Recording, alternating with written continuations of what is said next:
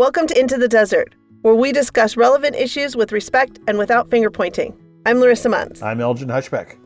We're still getting started here, so please like and subscribe. And if you'd like to continue the conversation, or if you have any questions, please comment down below.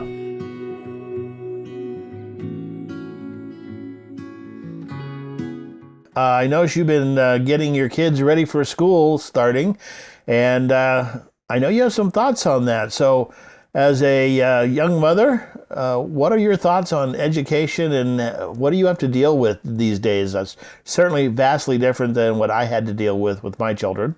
I think in some ways there's a lot of similarities, but there are definitely a lot to consider. So obviously my two kids are adopted, and they both come with their own unique sets of challenges to work through.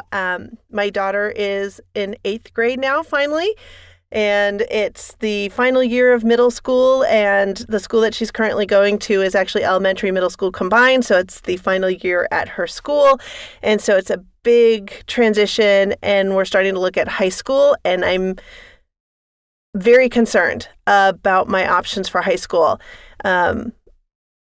The school systems, the way they are set up right now, are limiting me to fitting into this box. And my daughter doesn't fit into the box. And we had a really bad experience with public school before COVID hit, where my daughter figured out how to not go to school. She would go to school, and when they did anything she didn't like, which was anything other than computer class and music class and art class, she would throw a temper tantrum. And that would allow her to go out into the hallway to calm down for a few minutes, and then she would wander the hallway for the rest of the day. And she didn't learn anything. And we had multiple conversations with the school, multiple conversations with the teachers. We would bring in her therapist. We would bring in outside people to help. We had her in special classes to help with her learning disabilities. And after 6 months, the teacher basically said, I have 27 other kids. I can't deal with your daughter, which means it was okay for her to throw temper tantrums and leave class just because she didn't want to learn. And I was very lucky at the time that I was able to enroll her into private school, which is where she is right now. But the private high schools are double the cost.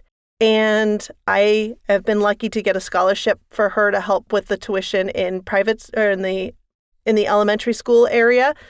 But I'm not going to be able to get that when I go into the high school area. And so it would actually cost me triple, quadruple. And I think that's cost prohibitive. And those schools are designed to help give her the extra attention she needs where the public school isn't. But I think at this point, I'm stuck putting her into public school, and I'm frightened that she's going to fail. It's a recipe for disaster when she's not going to be able to get the support that she needs to be able to focus, because she needs someone that's going to say, nope, come on, you got to pay attention. Nope, sorry, we're not going to accept that behavior here. Yeah. So how's it with your son? He has his own challenges. I think he does good in either environment, but when he was in public school, he was literally in a fight club. I can't tell you how many times he would come home with a bloody nose because they would punch each other in the nose to see if their nose would bleed. What grade was this? This was in 1st grade. Yeah, 1st grade fight club. That's always a lot of fun. Yes. So then COVID hit, and his special needs teacher basically dropped off at the face of the planet. And again, the private school where my daughter was going has a full-time special ed teacher. And so they were able to take my son, and honestly, he has gone from being behind in every single class to almost fully caught up in math. He's kind of at the low end of his grade level in math, and he's 1 grade level behind in his reading and English comprehension.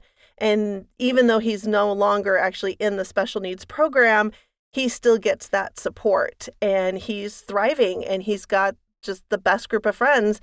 And I've still got a whole nother year for him before he goes to high school, but at least with him, half of his friends would go to the same high school he would go to. And that helps with the transition because then I know at least he's going to be with a good group of friends. And hopefully the academic part will be a little bit better for him. He did fairly good until his special needs teacher vanished for COVID. So I'm hoping that that transition will be less of a shock for him. Thank you for listening to Into the Desert, exploring the wilderness of thoughts. Don't forget to like and subscribe and put your comments below. Remember, be civil. We want to foster discussion and not division.